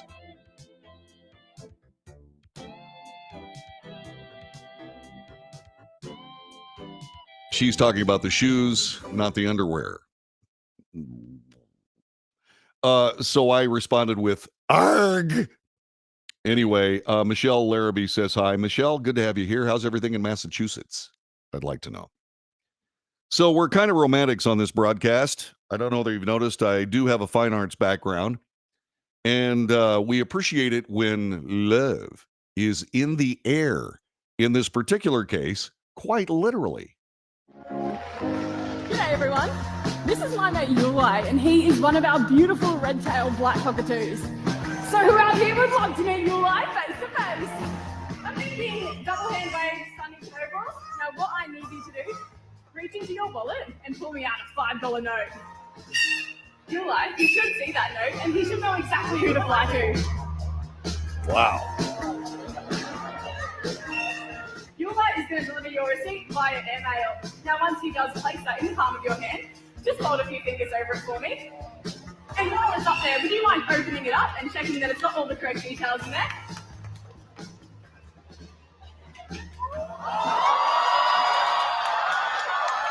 It was a marriage proposal at this nature park in Australia, and she said yes.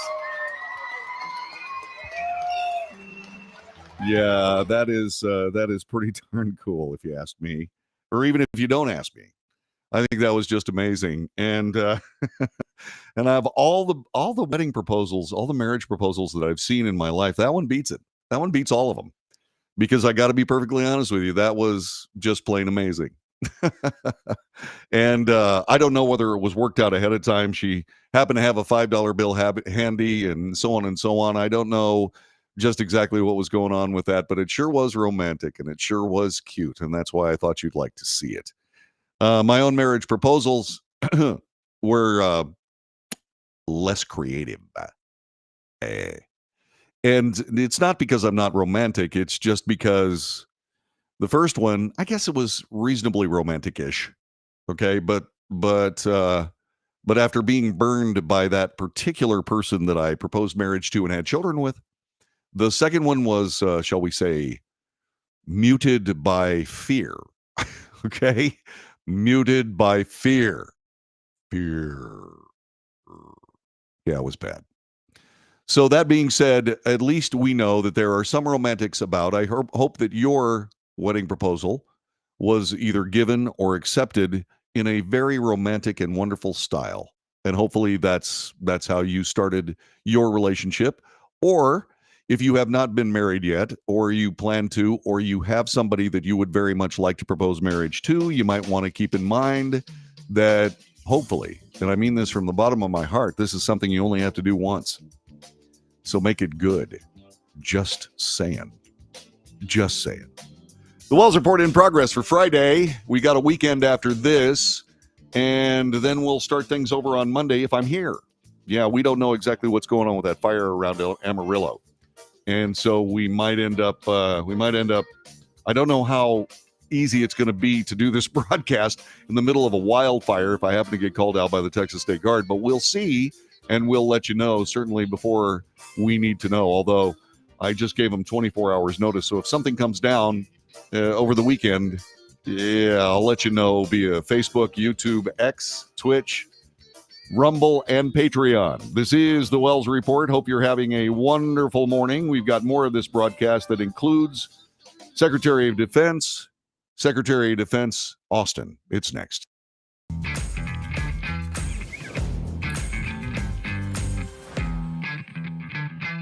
Nobody wants to get ripped off, broken into, or robbed, but nobody wants to pay a lot of money to have their home protected either.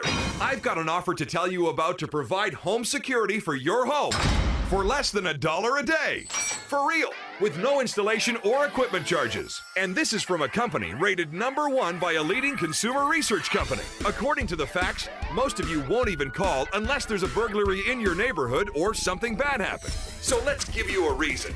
Save money. For less than $1 a day with no other costs, you can get your home secured. Plus, get a lifetime equipment replacement warranty. You need protection for your home. Call the Home Security Hotline right now.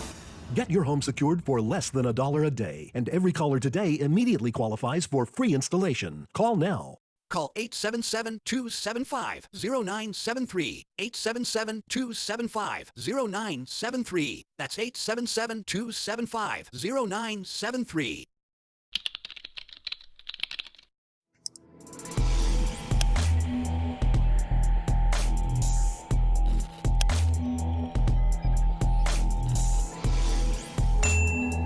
If you're living with diabetes and using insulin, you know the pain of pricking your fingers over and over again. By wearing a small device called a continuous glucose monitor, or CGM, you can reduce the pain of pricking your fingers right away. If you use insulin daily, you might be eligible to get your own continuous glucose monitor. So call the US Med Diabetic Health Hotline today and learn about the latest CGM technology. Not only can a CGM immediately reduce pain, it's accurate, easy to use, and helps you make better diabetes treatment decisions. And if you have Medicare or private insurance, you can see if you qualify for a CGM at little or no out-of-pocket cost. We'll also provide free shipping of your new CGM, and we'll bill your insurance company for you. If you use insulin daily, you might be eligible to get your own continuous glucose monitor. So call the US Med Diabetic Health Hotline to see if you qualify for a CGM at little to no out-of-pocket cost.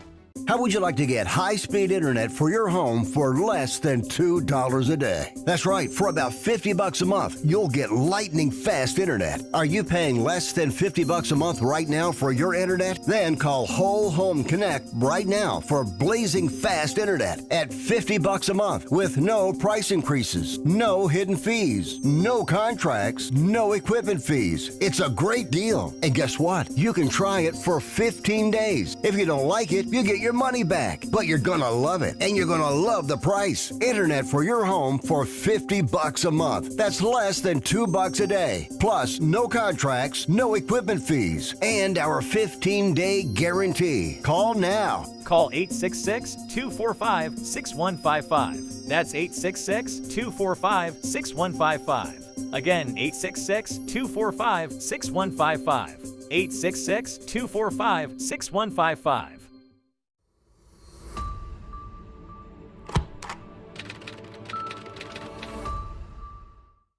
Greece is cheap. But the airfare costs a fortune. Paris? Not much closer, and again, airfare... What about Puerto Vallarta? Let's face it, flying anywhere is just too expensive. Wait, what's this? Low-cost airlines. With one call to low-cost airlines, you'll drastically slash your travel costs. We're talking insanely low airline prices to any of your favorite destinations. Where would you like to go? London, Rome, Costa Rica, Australia? Wow, that's cheap. So why wait? Call now to learn how crazy cheap it is to fly anywhere in the U.S. or international. Our prices are so low, we can't publish them. The only way to get them is to call to instantly hear the most amazing best deals on airline travel. It's that easy. So call now and start packing. Call 877-512-3895. That's 877-512-3895. 877-512-3895.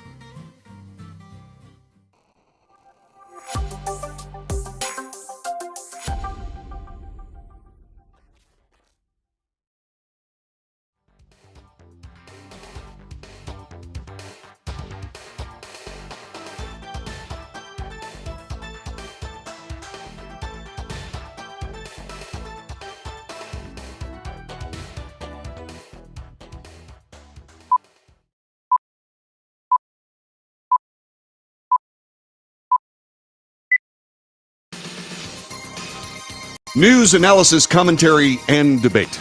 This is the Wells Report. I'm John David Wells. Thanks for joining us. There is a medical procedure that all men fear. It is prostate surgery. It is something that lives in the background, especially with men of a certain age, over the age of 50. It hangs over you like a sword of Damocles. we all worry about it because it's life altering. You are irrevocably damaged by a surgery intent on saving your life from cancer.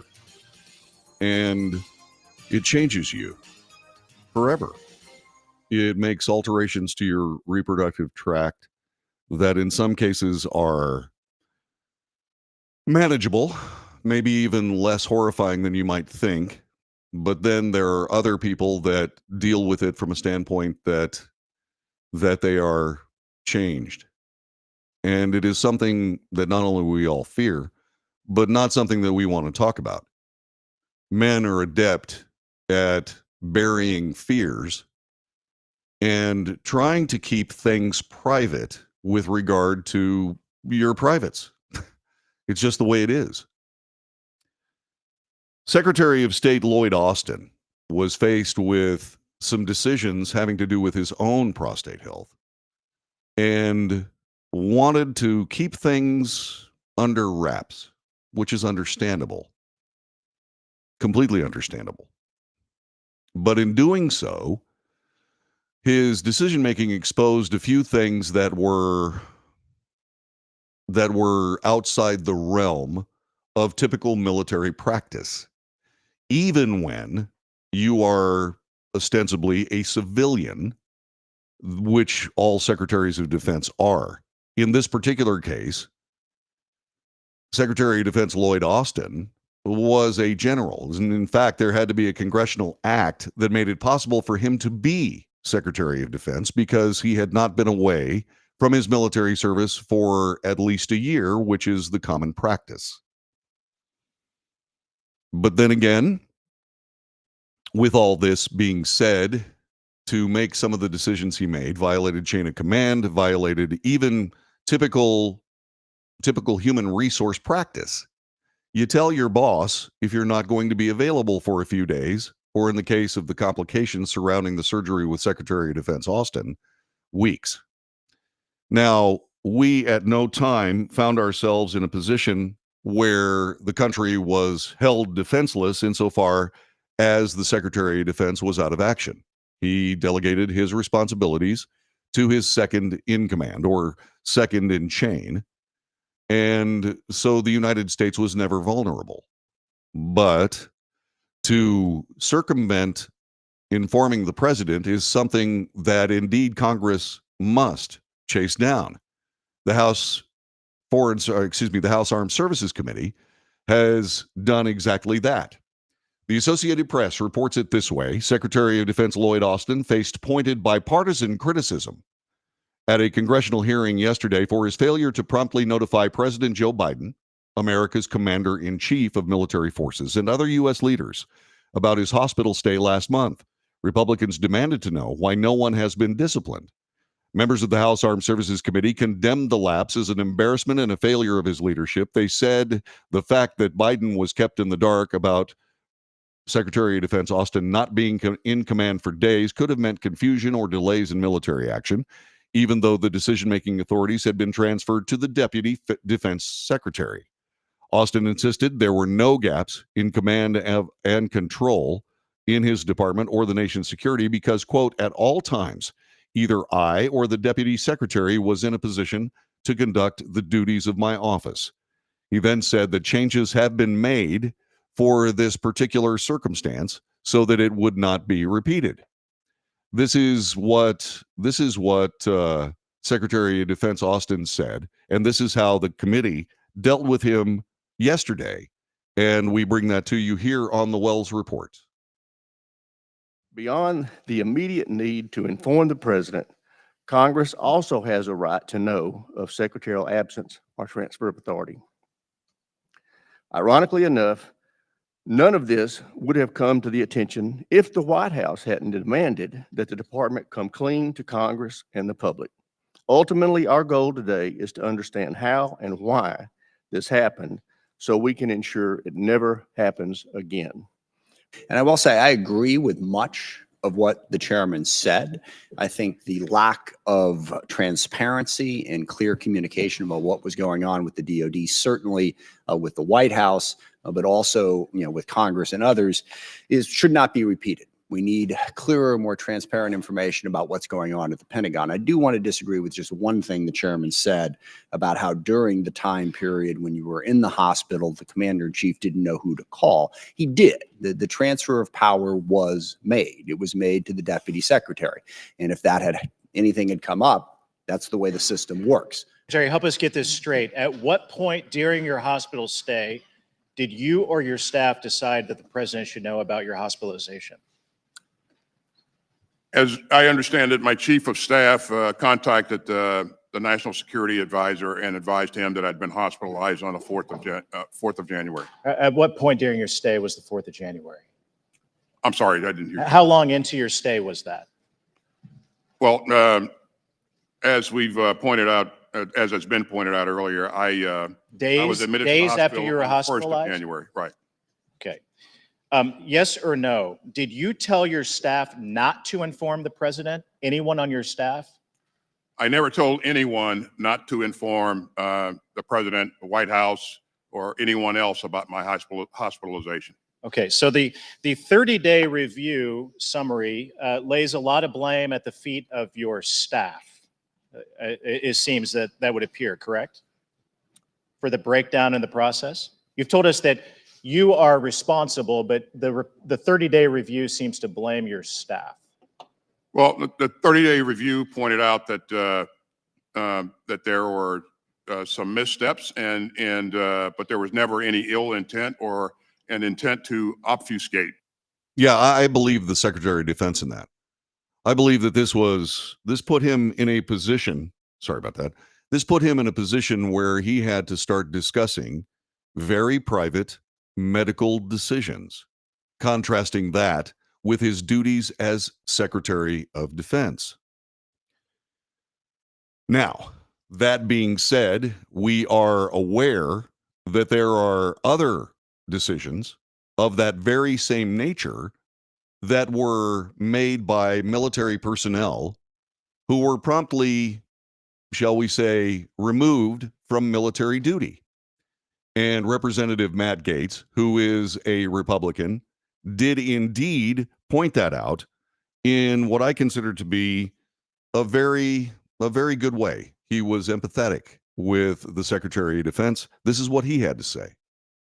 You didn't tell the president that you had cancer, that you were being treated for cancer, or that the treatment for that cancer had gone wrong because you saw it as personal and medical.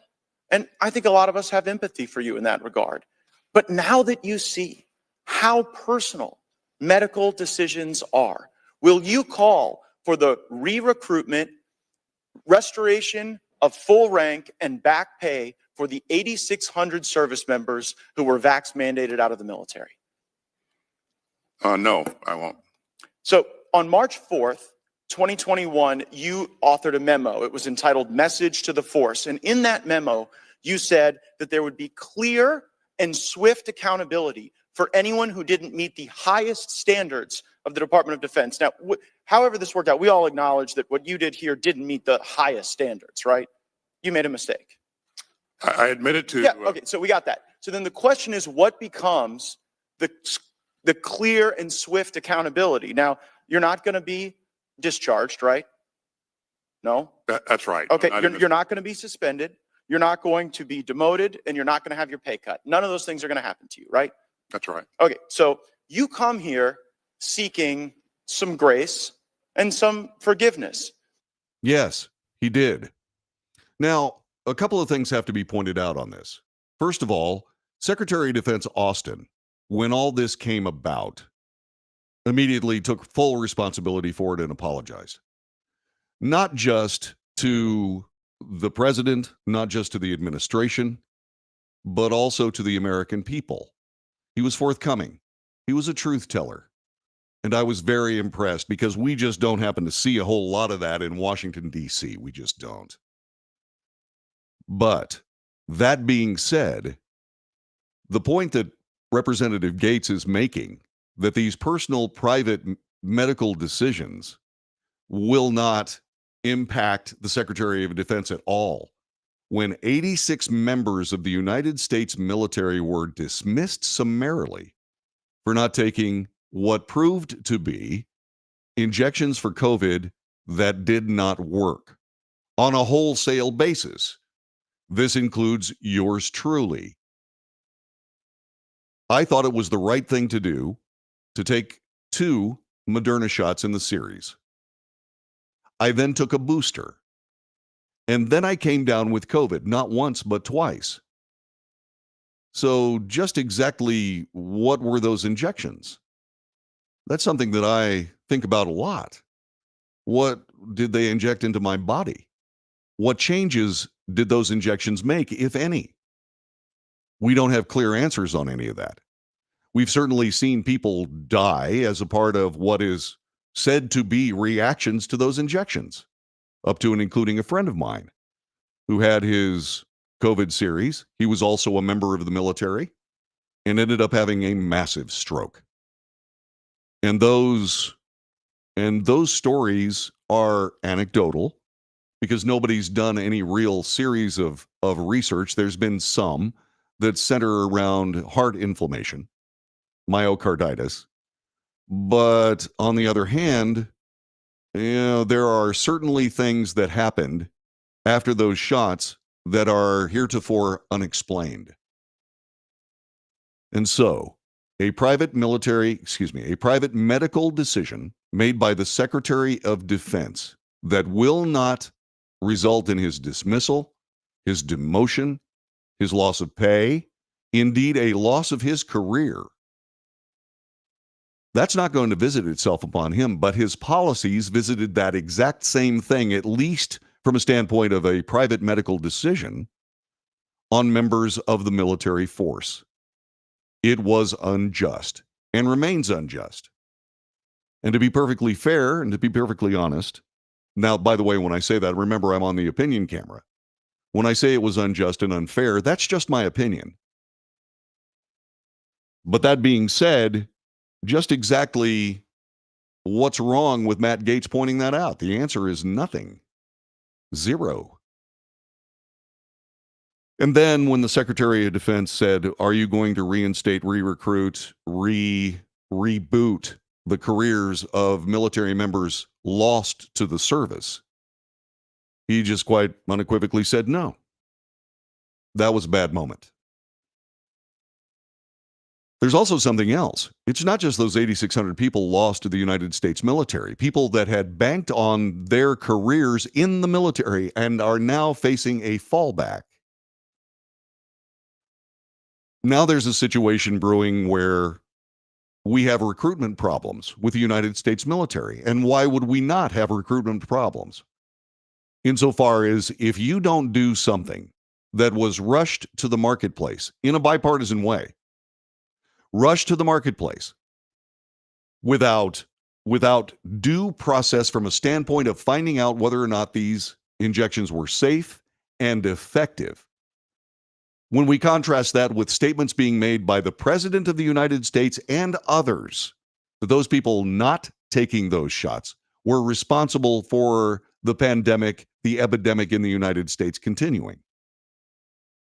And that was simply not the case. When you start thinking about that with the dishonesty of how these health officials misled the American people on these vaccines and how they impacted the United States military, that is a yawning bit of hypocrisy that you can drive an M1 Abrams A1 tank through at will. This has to change. And the Secretary of Defense now understands that, at least should understand that, with his own experiences. Just my opinion. That's just what I think. This is something that has to be resolved. It has to be. And these policies, not just with vaccines, but with all manner of other things, including sexuality and pronouns, must cease. It's not the business of the United States military. The business of the United States military is to destroy and break things, and stop military action on the part of those enemies that would see fit to practice it. And all the rest of this is a distraction to the force. Again, just my humble opinion. I'm not one of the big thinkers in the Secretary of Defense's office or anything of the kind. But I am someone who has just a bit of experience, firsthand, by the way, on all of this. This is the Wells Report.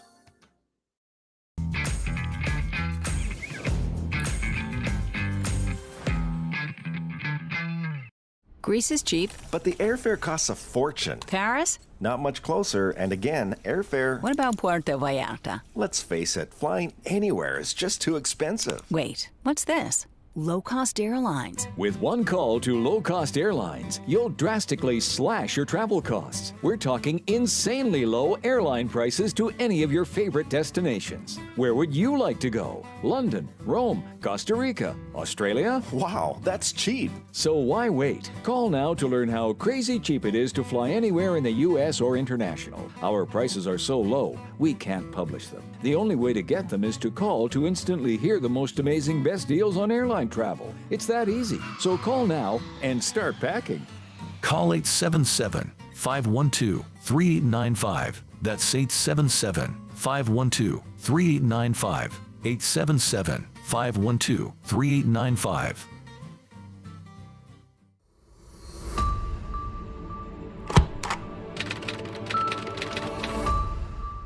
How would you like to get high-speed internet for your home for less than $2 a day? That's right, for about $50 a month, you'll get lightning fast internet. Are you paying less than $50 a month right now for your internet? Then call Whole Home Connect right now for blazing fast internet at $50 a month with no price increases, no hidden fees, no contracts, no equipment fees. It's a great deal. And guess what? You can try it for 15 days. If you don't like it, you get your money back, but you're gonna love it, and you're gonna love the price. Internet for your home for $50 a month. That's less than $2 a day. Plus, no contracts, no equipment fees, and our 15-day guarantee. Call now. Call 866-245-6155. That's 866-245-6155. Again, 866-245-6155. 866-245-6155.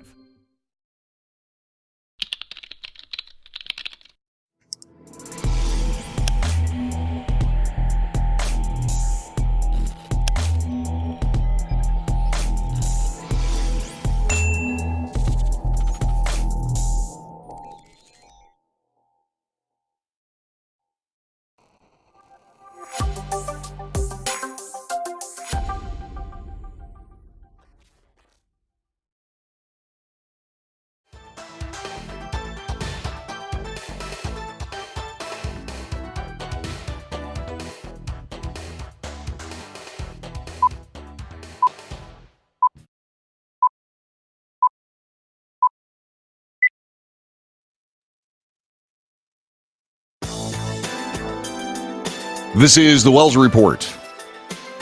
This is a news broadcast. We broadcast the news, honestly and fairly. Why? Because it is in the nation's DNA to do so. Congress shall make no law respecting an establishment of religion or prohibiting the free exercise thereof, or abridging the freedom of speech, or of the press, or the right of the people peaceably to assemble and to petition government for a redress of grievances. In this particular moment, we're going to discuss freedom of the press. Freedom of the press is essential to a free society. It is essential to the freedoms and liberties that are immortalized in the actual document I just read from, that being the Bill of Rights. The press, a free press, working to the betterment of truth, fact, to inform the American people, is essential. If you do not have freedom of the press, you do not have freedom. The First Amendment is the First Amendment because without the First Amendment, the others are moot. And so, when we talk about freedom of the press, we talk about how the vital check and balance of informing the people as to the workings, agendas, policies, executions of the laws of the land must be reported on to the betterment or to the embarrassment of those in government.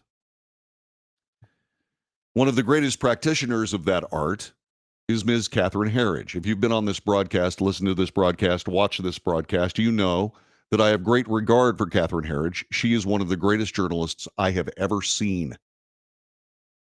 I don't know her, never met her. I know her by her work, which is uniformly brilliant. CNN Business is reporting a federal judge yesterday held veteran journalist Catherine Herridge in contempt of court, fining her $800 a day for refusing to divulge her sources for a series of stories published in 2017. For her part, Herridge has aggressively fought the case. She's expected to appeal the judge's decision. The case could have sweeping First Amendment implications for journalists and news organizations across the country. Indeed, the judicial branch of this government cannot compel someone who is operating under the First Amendment freedom of the press to divulge the sources and materials that indeed matter in what is an embarrassing chapter in American government and specifically law enforcement. Herridge left Fox News in 2019. She went to work for CBS News, who laid her off in budget-cutting measures. She refused in September to disclose the sources for her stories, defying a court order issued earlier in the year by U.S. District Judge Christopher Cooper. He works for the U.S. District Court for the District of Columbia. That order came from the judge as a result of a lawsuit filed by Chinese-American scientist Yanping Chen against the Federal Bureau of Investigation. Citing documents reviewed by Fox News at the time, Herridge reported that Chen was the subject of an investigation by the FBI. Chen was never charged. He alleged that federal authorities improperly leaked information about her and violated the Privacy Act. In an effort to prove her case, Chen subpoenaed Herridge and Fox News with the hope of unmasking the reporting sources. Fox News and Herridge aggressively fought the move, arguing that Cooper should quash the subpoenas because of the First Amendment protections afforded to the press. Cooper disagreed and ordered otherwise, stating that Chen's need for requested evidence overcomes Herridge's first qualified First Amendment privilege in the case. I don't see the basis for that rationale, in my opinion. That set the stage for a September 26th deposition of Herridge when the journalist was repeatedly asked how she obtained the information for her 2017 stories. Herridge politely and respectfully declined to answer dozens of such questions. In yesterday's order, Judge Cooper acknowledged that his decision would have implications for the press. Quote, "The court does not reach this result lightly. It recognizes the paramount importance of a free press in our society and the critical role that confidential sources play in the work of investigative journalists like Herridge. Yet the court also has its own role to play in upholding the law and safeguarding judicial authority." Well, okay, but excuse me, sir, and respectfully, I must say that nothing supersedes freedom of the press. Nothing. And that he would seek to do otherwise is chilling. If investigative reporters can be compelled in a courtroom, federal, state, or local, to reveal their sources, there will be no investigative journalism. If there is no investigative journalism, there is no freedom. There is no way for the people to have a check and balance against whatever ulterior motives or what ulterior decision-making can occur within the government of the United States. And as we live through this era of the American history, we know that those ulterior moves by the government are being made, and they must be exposed. This is the Wells Report, another week in the books. I thank you very much for giving us your kind attention. Subscribe, hit the notification button, give us thumbs ups, and make sure that you join us again on Monday. Take good care. Have a great weekend.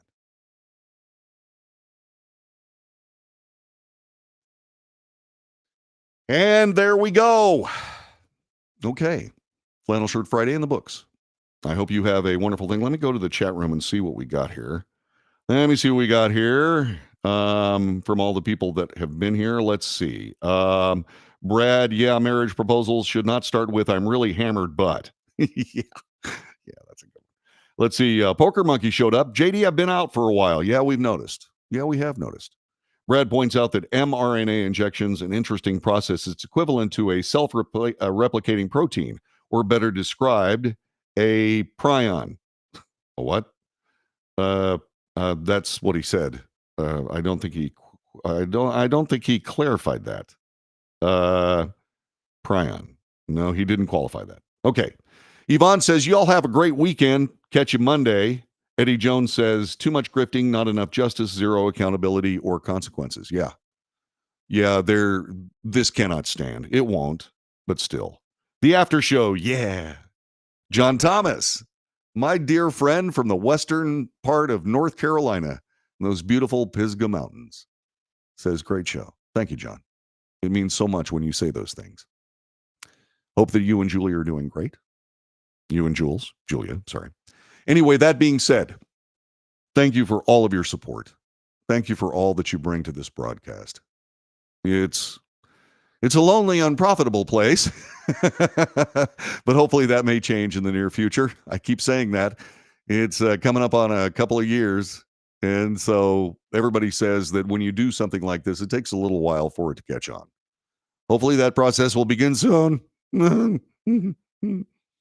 Like I said, there may be some actions in my future that are beyond this studio and will take me beyond this studio, and I will keep you informed throughout social media. So keep your eyes on the Wells Report page of Facebook, and make sure you follow us on X and YouTube and all those places. I'll make sure that you know what's going on. All right. So until Monday, hopefully, take good care of yourselves, be safe, make good decisions, and I will see you when the week starts in a few days.